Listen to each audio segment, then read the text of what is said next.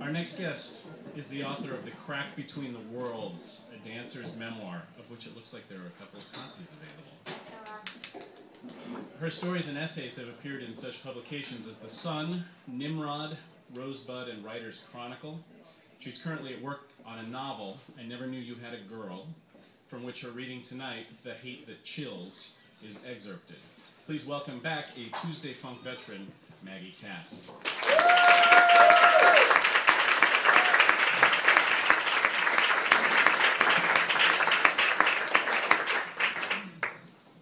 Thank you, Bill. That last reading scared me about performing.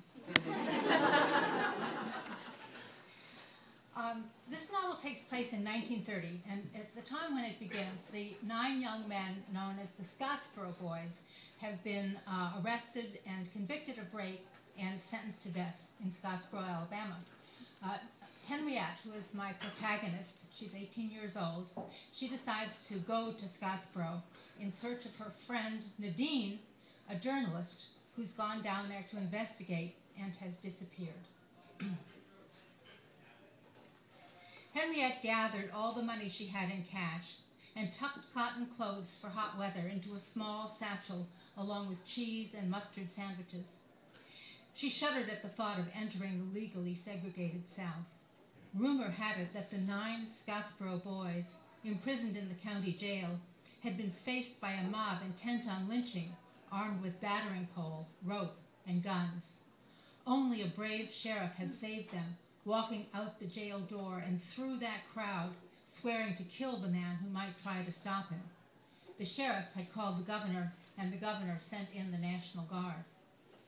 The colors around Henriette brightened, the green of her blouse grew deeper and cooler, and the stripes on her skirt stood at attention. Her stomach settled. The International Defense League, the ILD, was defending the young men and had promised Henriette a place to stay. At the station, she purchased a round-trip ticket for $15. A Negro porter hoisted her suitcase onto the train and waved her up to the car's front, where white people had whole seats to themselves. As the train pulled out of the station, June light shone late on tenements, then suburban houses, and finally broad fields of corn not yet knee-high. Farther on, spring became summer, foliage growing fuller and deeper, vines reaching out as if to strangle anything in their way. To Henriette's right, the empty seat and narrow aisle provided an exit, while to her left, the window allowed her to peer into people's backyards, her speed rendering her invisible. A way out and a cocoon to hide in. Safe so far, but farther and farther from the safety of home. "You traveling alone?" the conductor intruded, white face and big jowls too close.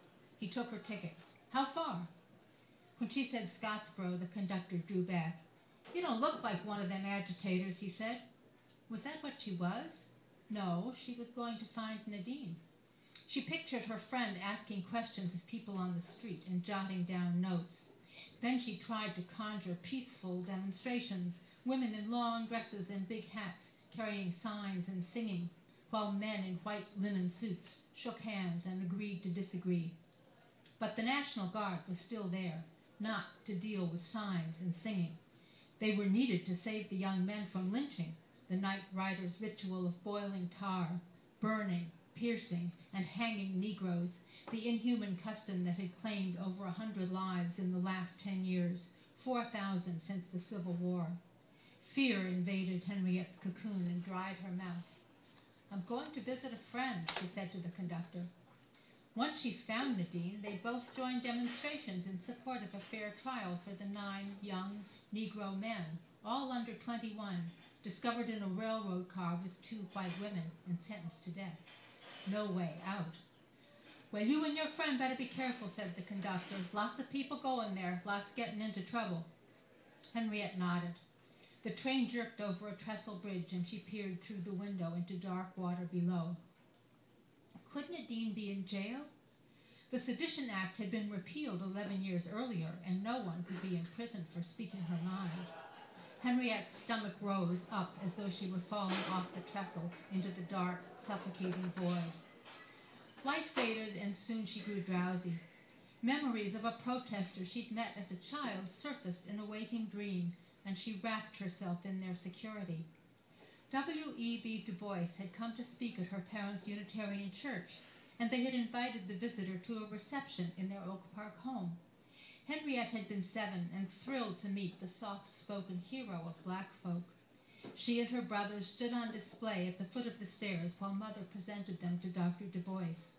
He was smaller than Henriette expected, with a well-trimmed beard and mustache, tan skin, and fiery eyes. He shook each of their hands with his fingertips and made a slight bow from the waist. The children took seats on the floor as everyone settled, seated or standing, to listen to Dr. Du Bois. His voice meandered up and down as though walking over gentle hills, while occasional applause showered down like rain. He welcomed the mostly white audience to join the struggle. "Now let's sing," he concluded, and taught them a verse of his version of "My Country 'Tis of Thee." The crowd joined in, quietly at first, then raising their voices to fill the room and shake the dining room chandelier. "My native country thee, land of the slave set free, thy fame I love. I love thy rocks and rills, and o'er thy hate which chills, my heart with purpose thrills to rise above." Daylight woke Henriette. The air heated up, and the conductor opened windows from the top, letting in the acrid smell of coal smoke. In Memphis, more people boarded, and a woman flopped into the seat next to Henriette. In a cotton-printed dress with white and yellow daisies and a straw hat, she pulled out a fan and fluttered it in front of her face. "Hot in Memphis," she said. "I was visiting my sister. Who you visiting?" "A college friend," said Henriette. "Oh, y'all are college girls," said the woman. "In Scottsboro," added Henriette. "They say there's 10,000 visitors there mobbing the place. What they see, I don't know," said the woman. "Is it something about the trial?" asked Henriette. She would not say the execution, though she suspected bloodlust more than protest had brought the crowds. "I suppose," said the woman, "they're all a bunch of hobos, you know, the white girls and the Negro boys. If they bought their seats on the train, none of this would have happened." "But if they're only guilty of riding the rails, should they pay the price for rape?" asked Henriette. The woman leaned in so close her sharp chin almost poked Henriette's shoulder. She spoke sotto voce. "9 black boys and 2 white girls together in a car?" she asked. "You got another name for it?" Henriette flattened herself against her seat and then shrugged, suspecting this was just a taste of what she'd get in Scottsboro. The woman sniffed and settled back into her seat, straightening the skirt beneath her. "A body doesn't talk like that in Alabama," she said. "It's y'all they'll be stringing up next." As they crossed the state line, the soil turned redder, until the rolling green hills stood out like bright jewels against the tilled ground, split open like a wound in the fierce sunlight. The train might be safe, but once it expelled her, she'd be on her own, and how would she ever find Nadine? "Waiting room for whites only by order of police department," read a metal sign mounted on the wall of the train station. Shoulders, elbows, and hips bumped and shoved her, and feet trod on hers, obliterating her thoughts about the sign, while everyone talked at once and faces shone with sweat. She let the human current carry her toward the town center, a big square surrounded by armed officers who held the crowd back. Facing the square was the courthouse, a massive red brick building with 4 pillars and 2 cannons in front, more officers guarding the doors. Signs saying, "Colored enter in the back," the only evidence that Negro people lived here. The crowd surged and roiled like ocean surf. Many who tired of standing sat on curbs or the square fenders of parked cars, careless of keeping clean or offending owners. Smells of unwashed flesh, orange peels and food wrappers accumulating, shade as sticky as the sun. Henriette's skin prickled.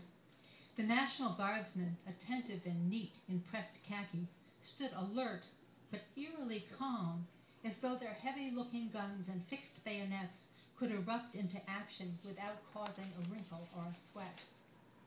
Henriette hurried to catch up with a middle-aged man in a light-colored suit, carrying a briefcase. She tapped him on the shoulder and asked for the office of the ILD. He put his head down to listen and pointed her to the town's main street. At least people here took the time to listen. Encouraged to continue, she trudged a few blocks. A Negro man in overalls and a floppy cloth hat approached. Just as she opened her mouth to speak to him, he stepped off the sidewalk into the street. "Excuse me," she said, and asked for the ILD office. The man looked startled and removed his hat. "Don't know, miss," he said, smiling with a little bow. "Sorry, miss. Don't know. Never heard of it. No way, miss." He bowed again, replaced his hat, and continued a few feet before returning to the sidewalk. Henriette turned and watched him walk away. The man's performance hinted at horrors she couldn't imagine. Ahead, Henriette saw a white woman wearing opaque wild stockings despite the heat, supportive shoes, and a baggy house dress. "Could you help me?" asked Henriette, feeling the weight of her suitcase and the exhaustion of her night on the train. "What you want?" asked the woman. Henriette asked for the ILD office, spelling out the name. "Where y'all from, anyway?" asked the woman, suspicion in her gaze and voice. "From Chicago," said Henriette. "I just got here." "We don't want you here," said the woman. "Can't you see we got too many visitors already? Cluttering up the town, stirring up the darkies, uppity one minute and sulky the next. Y'all ought to stay home and mind your own business." Henriette tried to move past, but the woman grabbed her arm. "Listen to me," she said, fingers digging in. "Trouble's coming. You stay out of it." "Okay," muttered Henriette. She hurried away with a sob, and the image of Nadine, surrounded or beaten, rose up in her mind. "No," she said. The clerk in a general store directed her to a second-floor office a few doors down. "International Labor Defense League," said black letters in a glass panel on the door. A middle-aged man behind a desk gave Henriette an address where she could stay and a stack of leaflets to distribute. He'd never heard of Nadine. "Smash the Scottsboro lynch verdict," read the leaflet's legend, illustrated by a man swinging a big stick at a noose. Henriette flinched at the image and the slogan, but that's what the sentence was, a legal lynching. The young men would be equally dead at the hands of the mob or the law. "Is there anything more I should know?" asked Henriette. "To be safe?" "You're in the wrong place for safe, lady," said the man. After a dusty search through a quieter part of town, Henriette found the address, and an older woman with round cheeks and belly answered the door. "Goodness gracious, come in," said the woman. "I'm Dolores, all the way from Chicago. Don't tell me you came alone." Tension flowed from Henriette like water. Dolores guided her out to the bright kitchen, offered her a chair, and poured her a glass of sweet tea. Henriette drank it down so fast her throat ached. As Dolores refilled her glass, Henriette asked if she knew Nadine. "So many been coming in and out, getting arrested, going to jail, getting out of jail. There's no way to keep track of all of them. But no, I haven't seen your friend." "I'm supposed to pass out leaflets around the courthouse tonight. What should I do?"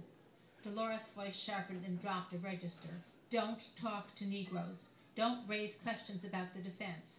Dress proper, knees and shoulders covered. This is a lynching town. That's why the National Guard is here. But sometimes even they can't save you. Jail might be the safest place to be." Just outside of this town, Henriette knew, the midnight mob would assemble on horseback, scout out its prey, and hunt down a man to be burned alive, then hung from a tree as a warning to his fellows, while the riders retired to camaraderie and coffee. Not distant consequences. Trouble. Sooner. Henriette took a deep breath and listened to it come out in little shuddering gasps.